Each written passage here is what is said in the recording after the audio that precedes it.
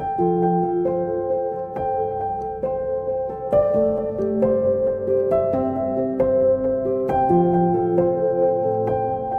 y'all, and welcome back to my channel. I know it's been a little while since I've done a devotional, and I apologize for that. I've done let my flesh get in the way, and I keep telling myself that I don't have anything of any value to tell you all, that you probably don't already know, and that I am like the worst person to do it, because I am not a very social person, and so therefore I don't feel like I come across when I want to say stuff right, and just awkward.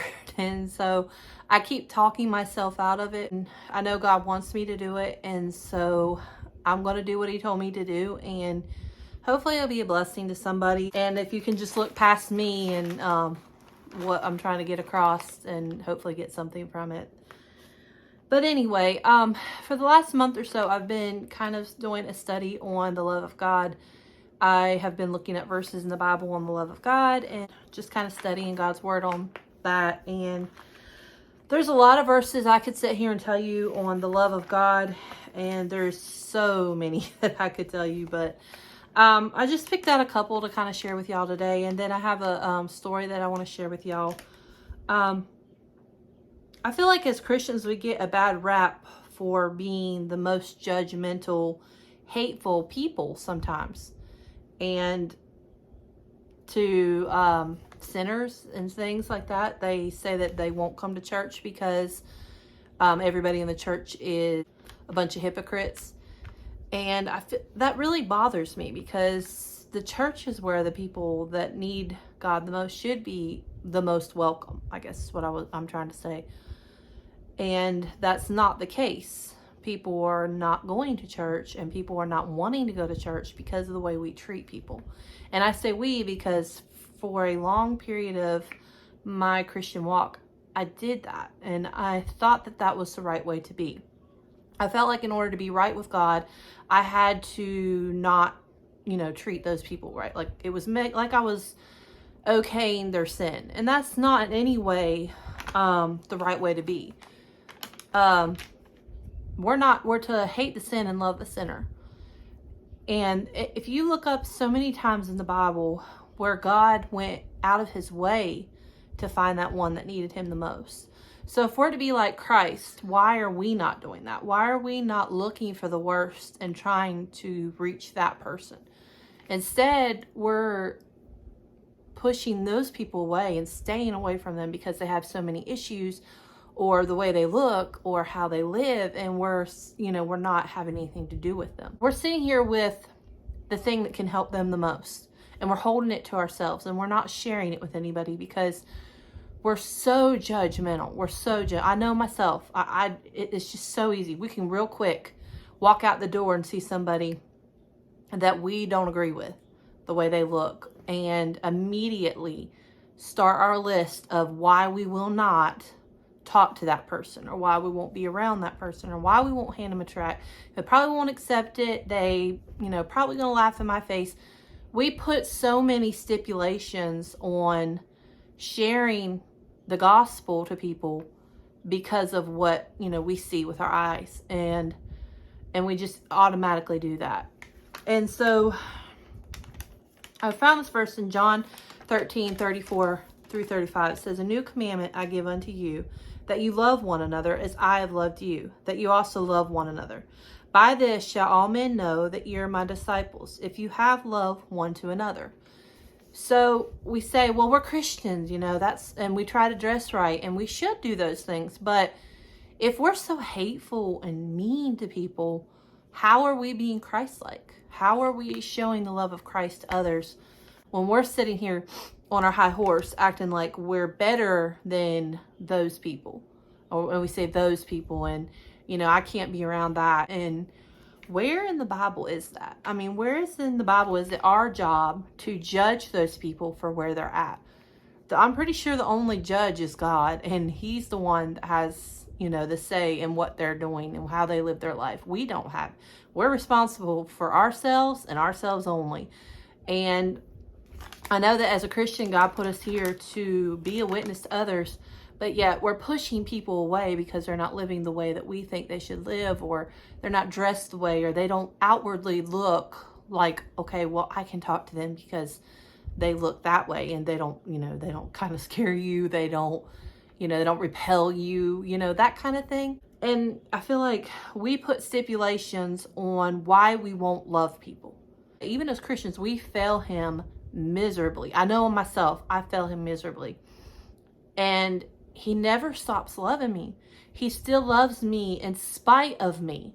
He doesn't ever see the failures and the faults that I have. He sees me and he loves me no matter what. And it's an unconditional love. It's not like I said, he doesn't put stipulations. Okay, you have to do this and you have to do this and you have to do this. Then I'll love you. That's not what he does in any way. So if we're supposed to be like Christ, why are we putting stipulations on who we can love and how we can love them?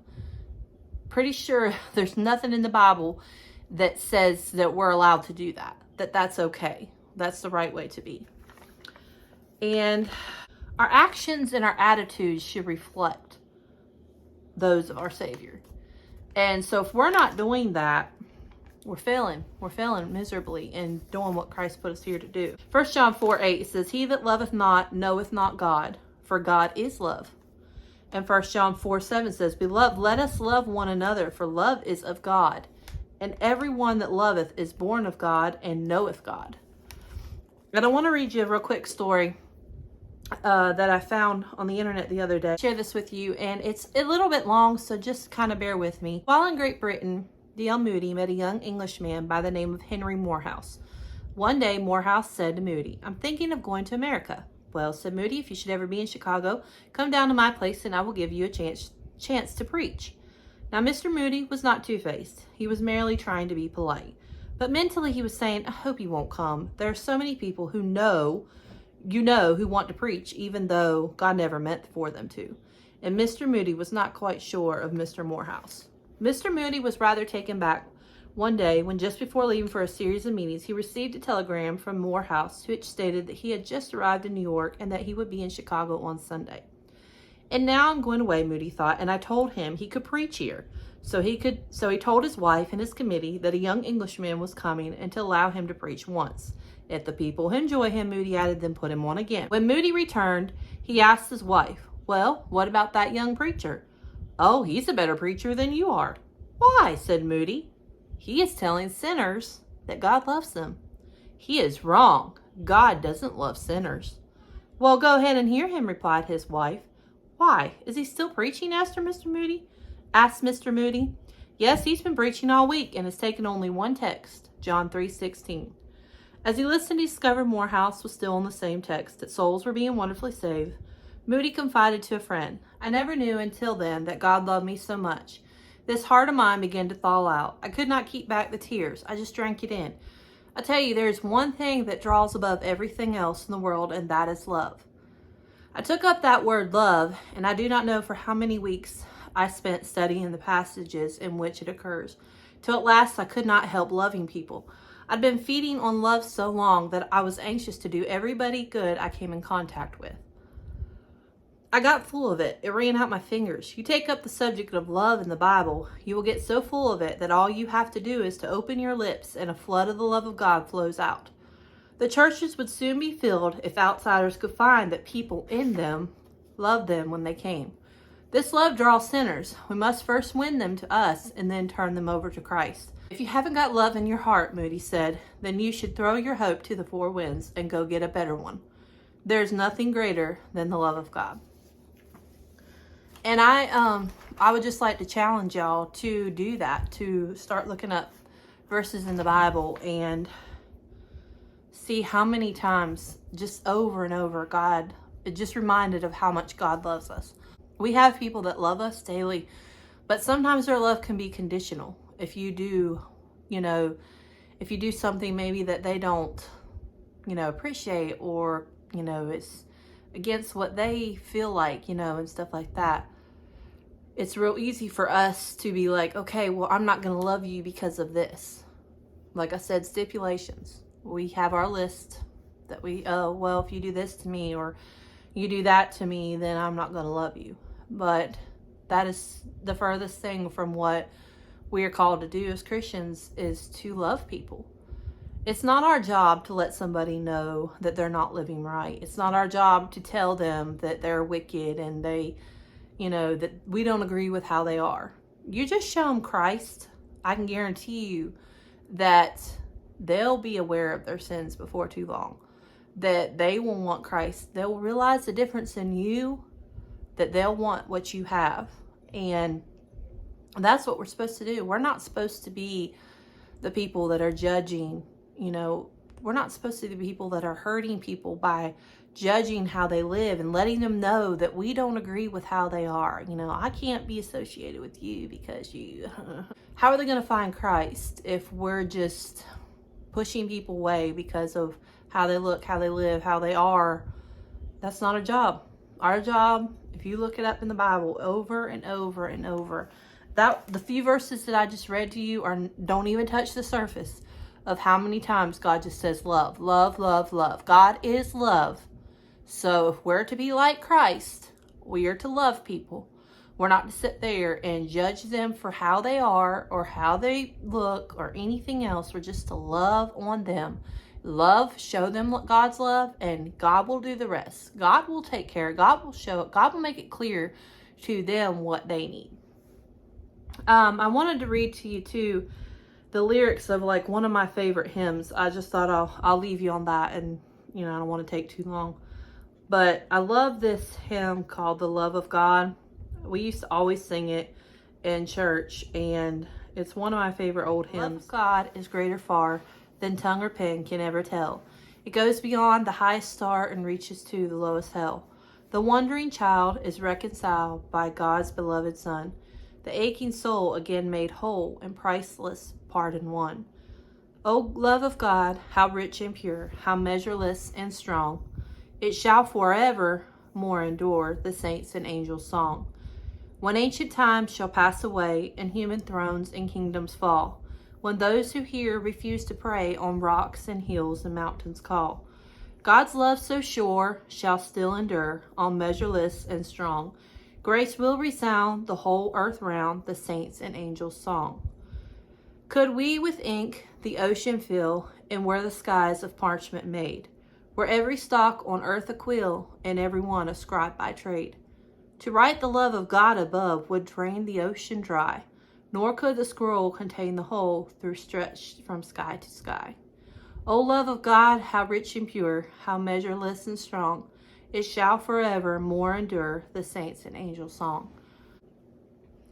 I don't want to be lengthy and long every time I do a little thing with y'all, but please just do that. Just take it on. Start looking up verses in the Bible about the love of God, and it will change your outlook on how you treat people and how you love people. I mean, there's times for that. I understand we have to protect our families from things, and we have to not agree with everything that goes on. I mean, there is sin, and God does hate sin, but he doesn't hate the sinner. He loves the sinner and hates the sin. And that's how we should be. We should let that person know that we love them like Christ loved them. But like I said, God will make it clear to them. If you're just on what he told you to do by loving people and being Christ-like, and like that verse said, God is love. How can we be like God? How can we strive to be more like Christ, yet cut that out? I mean, we can't. You can't separate the two. If you're going to be like Christ, you're going to have to love people. Make it a challenge for yourself today or tonight or whatever it is when you watch this video, to just go out of your way to love on somebody today or whenever this is. Like I said, the cashier that you're checking out your groceries with, just say, you have a pretty smile. Oh, I hope you're having a good day. Somebody who's going through a hard time. Don't get so caught up in your life that you forget that there's other people who need to be shown that, that you care about them and that you love them. Just anything. Just take whatever it is that you can do for somebody else today to show the love of Christ. That's just my challenge for y'all. And I hope that you enjoyed this a little bit, and that maybe, like I said, it's a blessing to somebody. But I hope y'all have a blessed evening or day or whatever it is when you watch this, and I will see you in the next one.